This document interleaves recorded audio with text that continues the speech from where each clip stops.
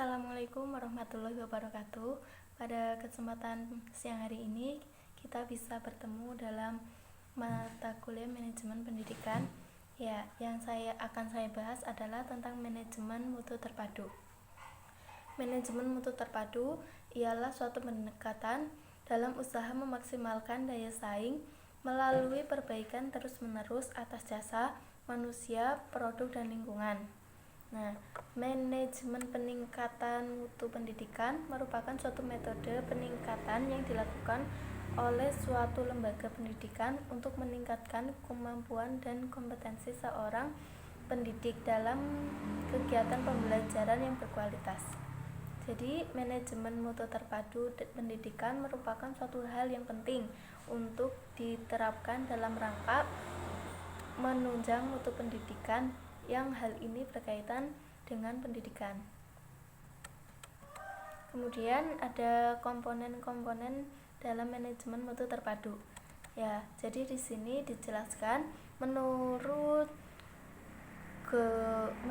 Davis ada 10 komponen manajemen pendidikan, manajemen mutu terpadu. Yang pertama, fokus pada kepuasan pelanggan.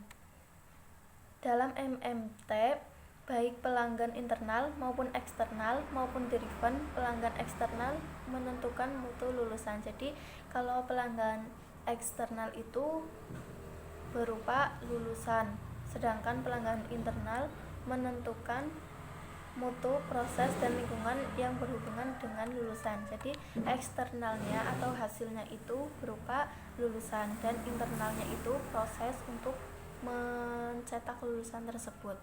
Yang kedua adalah obsesi terhadap mutu.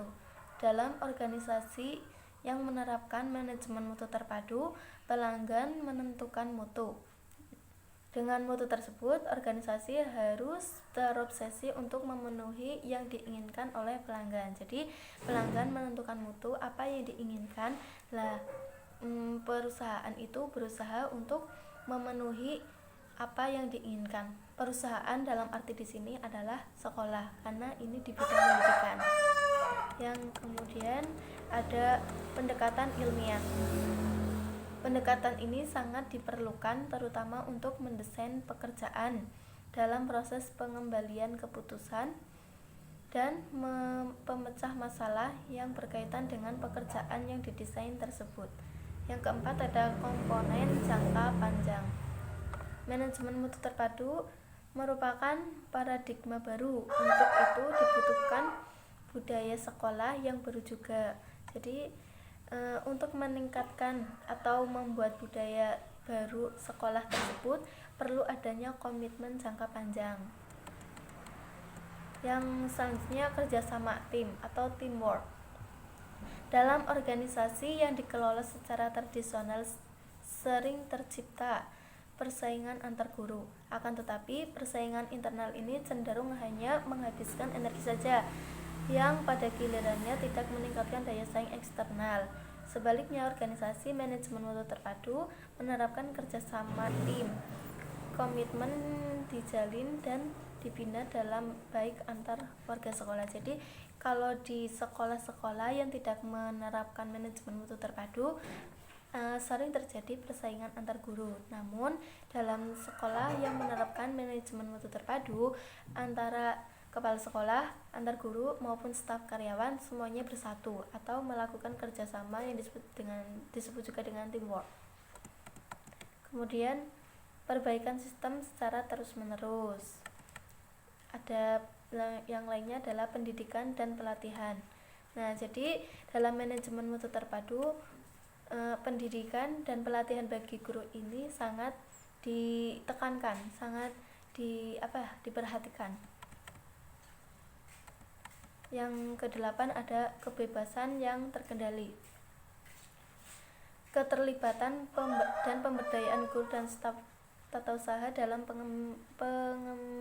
pengambilan keputusan dan pemecahan masalah sangat penting karena dapat meningkatkan rasa kepemilikan dan tanggung jawab terhadap keputusan yang dibuat. Jadi Dalam sekolah yang menerapkan manajemen mutu terpadu ini, antara guru, kepala sekolah, dan staf karyawan itu bekerja sama, bermusyawarah dalam menetapkan suatu keputusan.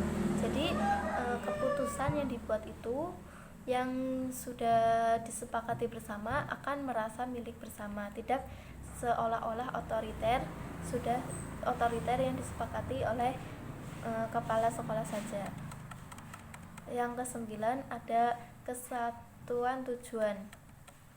Agar MMT dapat diterapkan dengan baik, maka sekolah harus memiliki kesatuan tujuan yang jelas. Jadi antara warga sekolah itu memiliki satu tujuan yang jelas. Yang ke-10 adanya keterlibatan antara pemberdayaan guru dan staf usaha. Keterlibatan guru dan staf usaha merupakan hal yang penting dalam mewujudkan MMT atau manajemen mutu terpadu. Nah, demikian yang bisa saya sampaikan, kurang lebihnya mohon maaf ya. Kalau belum lengkap bisa baca sendiri di makalah saya. Terima kasih atas perhatiannya. Wassalamualaikum warahmatullahi wabarakatuh.